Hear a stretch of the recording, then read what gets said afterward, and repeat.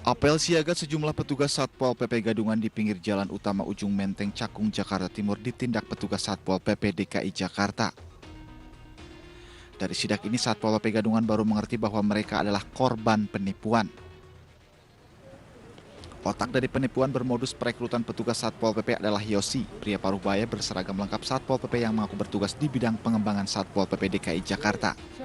Sementara Tante Yosi adalah BA, wanita lansia yang berperan merekrut para korban. Terduga pelaku Yosi mengaku sengaja melakukan praktik penipuan lantaran ingin mengantongi keuntungan besar dengan cara instan. Ada berapa orang udah kamu rekrut? Tadinya 7, jadi sekarang ada sisa 5 komandan. 7, sekarang sisa 5.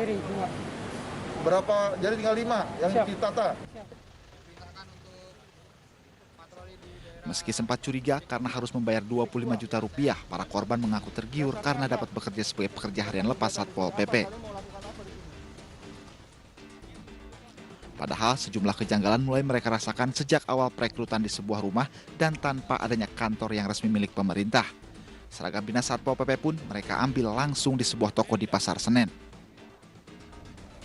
Terkait kasus ini, Wakil Gubernur DKI Jakarta mengimbau agar warganya lebih waspada dengan tawaran pekerjaan di lingkungan Pemprov DKI Jakarta tanpa melalui prosedur yang benar.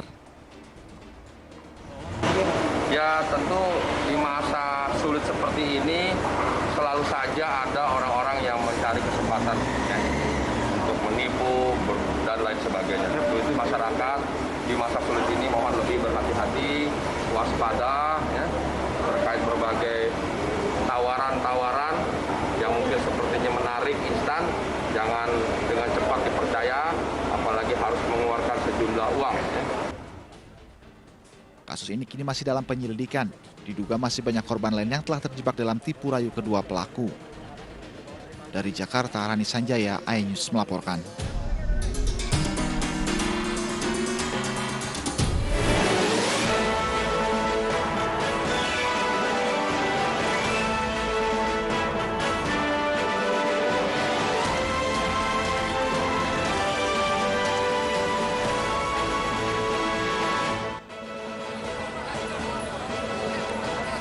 Unjuk rasa penolakan PPKM di Bogor, Jawa Barat berakhir ricuh. Bayar berapa itu, Bu? Seorang wanita berhasmat menjual surat antigen palsu di dalam bus viral di media sosial. Jangka waktu apa untuk 24 jam, Pak. cuma 24 jam ya, 9. Karena sakit hati, seorang pria di Makassar nekat membakar mobil kekasihnya.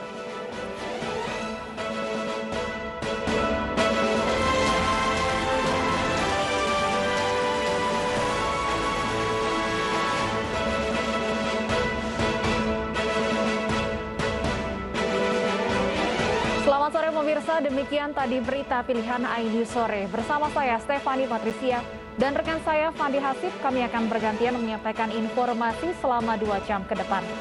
Ya Fandi, ada informasi apa saja di segmen awal iNews Sore hari ini? Selamat sore Stefani dan juga selamat sore pemirsa iNews Sore. Kita awali iNews Sore dengan informasi keluarga seorang pasien COVID-19 yang adu mulut dengan petugas Rumah Sakit Muhammad Saleh, Probolinggo, Jawa Timur. Ini keluarga memaksa membawa pulang jenazah karena merasa sudah membayar biaya administrasi.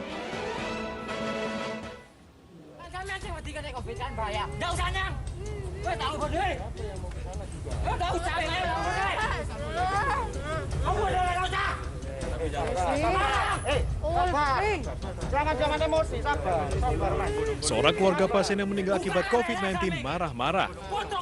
Diadu mulut dengan polisi dan petugas RSUD Dr. Muhammad Saleh, Probolinggo, Jawa Timur.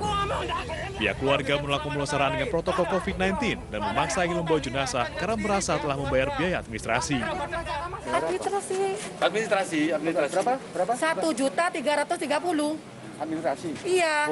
Buat apa? Ambulan apa Sama ambulan itu, wes. pemakaman? Iya. Oh, masih ditarik. Bukan pemakaman, bukan.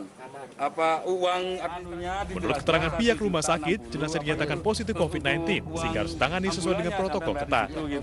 Berarti ini tetap prokes, Dok, ya? Loh ya tetap. Sekarang pertanyaan saya, kalau saya ditanya ini prokes atau tidak, kalau saya lepas kira-kira wabahnya seperti apa? Tolong dijawab. Ya. Gitu ya. Jadi tolong siapapun, ini adalah pandemi. Kalau semua tidak mau menggunakan undang-undang pandemi, undang-undang karantina, lalu untuk apa pemerintah bersusah payah banting tulang, jempalitan dan lain sebagainya untuk ngurusin masyarakat? Kalau kita sama-sama memediasi kepada masyarakat bahwa ketika keluarganya terkonfirmasi sudah pasti COVID positif, harus dengan pemakaman pemulasaran COVID-19. Kenapa? Karena ini adalah aturan. Usai dimediasi, akhirnya pihak keluarga pasien menerima. Jenazah ditangani dengan protokol COVID-19. Dari Probolinggo, Jawa Timur, Hana Purwadi, iNews melaporkan.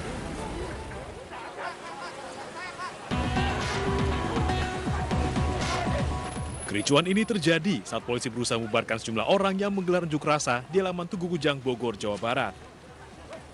Pembubaran paksa dilakukan karena upaya persuasi polisi tidak digubris.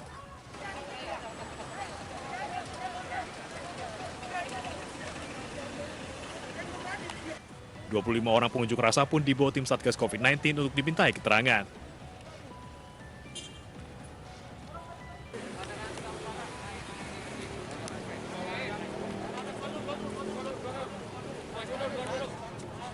Masa menggelar unjuk rasa untuk menolak PPKM. Aksi dibubarkan karena tidak berizin dan melanggar protokol kesehatan. Dari Bogor, Jawa Barat, tim iNews melaporkan.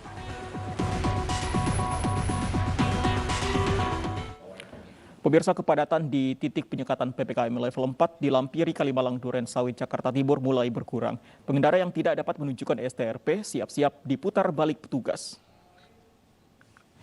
Satu persatu pengendara dari arah Bekasi, baik motor maupun mobil, diperiksa petugas gabungan di pos penyekatan Lampiri, Kalimalang, Durensawit, Jakarta Timur.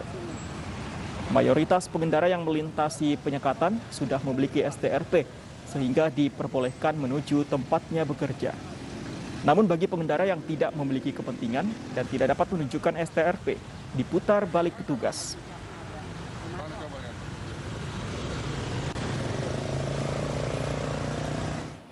Dan pemirsa, dari Kalimalang, Jakarta Timur, kita akan beralih ke Jalan Dan Mogot, Jakarta Barat untuk melihat kegiatan penyekatan PPKM level 4 di sana. Ada rekan kami, Vicky Rian, yang akan melaporkan kegiatan penyekatan di sana. Vicky, apakah penyekatan sore ini masih menimbulkan antrean di sana?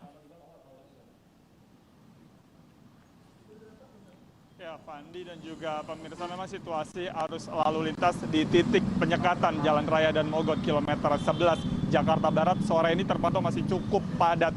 Antrian kendaraan yang datang dari arah Kalideres ataupun Tangerang menuju Grogol ini cukup panjang. Kalau kami perkirakan memang antrian kendaraan ini berkisar 200 hingga 300 km ke belakang. Melihat antrian ini artinya memang mobilitas warga di tengah masa perpanjangan PPKM level 4 ini masih cukup tinggi. Dan terkait hal itu memang sejumlah petugas gabungan dari TNI, Polri maupun Dinas Perhubungan serta Satuan Polisi Pamong Praja ini masih terus menjaga titik penyekatan di Jalan Raya Dan Mogot guna memastikan tidak ada pengendara yang memaksa menerobos. Para petugas ini mengecek kelengkapan atau syarat perjalanan bagi setiap pengendara, apakah mereka memiliki STRP atau tidak. Jika mereka tidak memiliki STRP, memang ini langsung diminta putar balik oleh para petugas. Dan guna memudahkan pemeriksaan, memang para petugas ini membagi Jalan Raya Dan Mogot menjadi dua lajur, di mana lajur paling kanan ini digunakan untuk mobil ataupun kendaraan para petugas medis, sementara jalur kiri ini digunakan untuk sepeda motor. Dan berdasarkan pantauan kami, memang hingga sore hari ini masih ada saja pengendara ini yang tidak memiliki kelengkapan atau tidak membawa STRP dan mereka dipaksa putar balik. Meski begitu, mayoritas pengendara yang melintas ini sudah memiliki STRP dan diizinkan melintas di titik penyekatan ini. Fandi. Baik, apakah ada pengendara yang tidak memiliki STRP kemudian mencoba untuk meminta kebijakan dari petugas?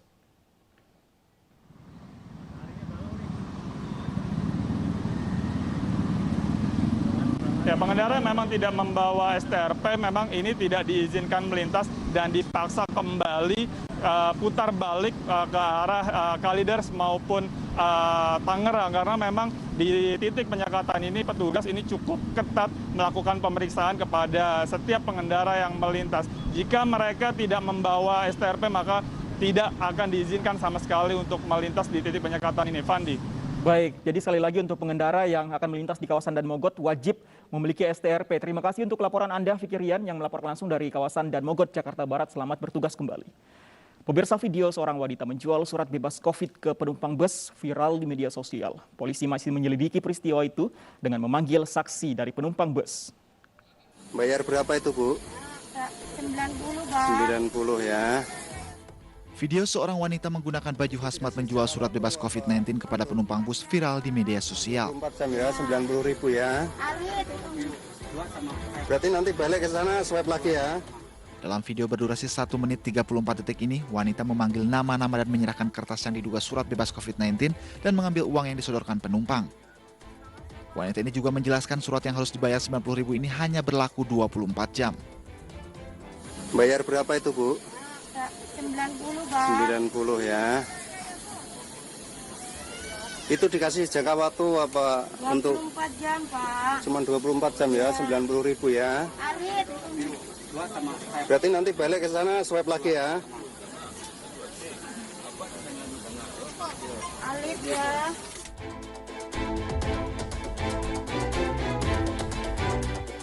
Menurut polisi, video transaksi surat bebas COVID-19 ini terjadi di wilayah Lampung. Polisi kemudian menyelidiki video viral ini dengan meminta keterangan warga Jambi yang menjadi penumpang bus tersebut menuju Jakarta.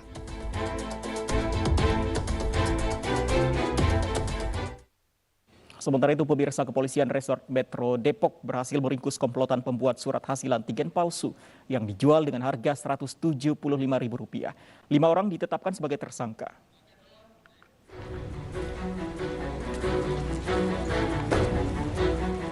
Tiga pria dan 2 wanita komplotan pembuat surat antigen palsu ini menjadi tersangka setelah aksinya diungkap Satuan Reserse Kriminal Polres Metro Depok di kawasan Cimpaun Tapos. Pengungkapan berawal saat salah satu pelaku berinisial ME meminta tolong pelaku lainnya untuk membuat surat antigen palsu yang akan digunakan melamar kerja di sebuah proyek. Salah satu pelaku mengaku mendapat bagian Rp50.000 per surat.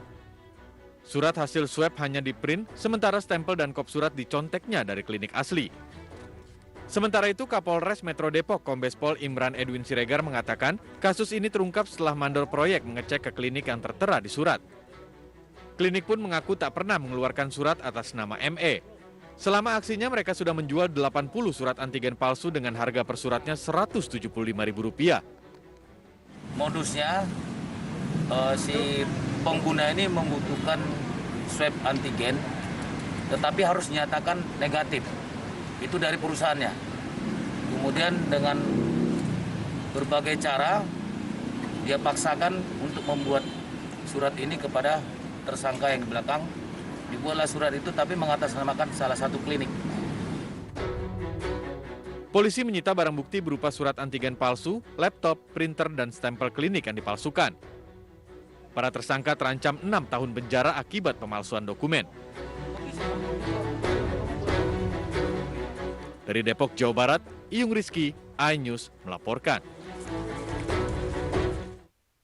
Pemirsa, karena sakit hati, seorang pria di Makassar, Sulawesi Selatan nekat membakar mobil kekasihnya. Kami hadirkan informasinya usai jeda.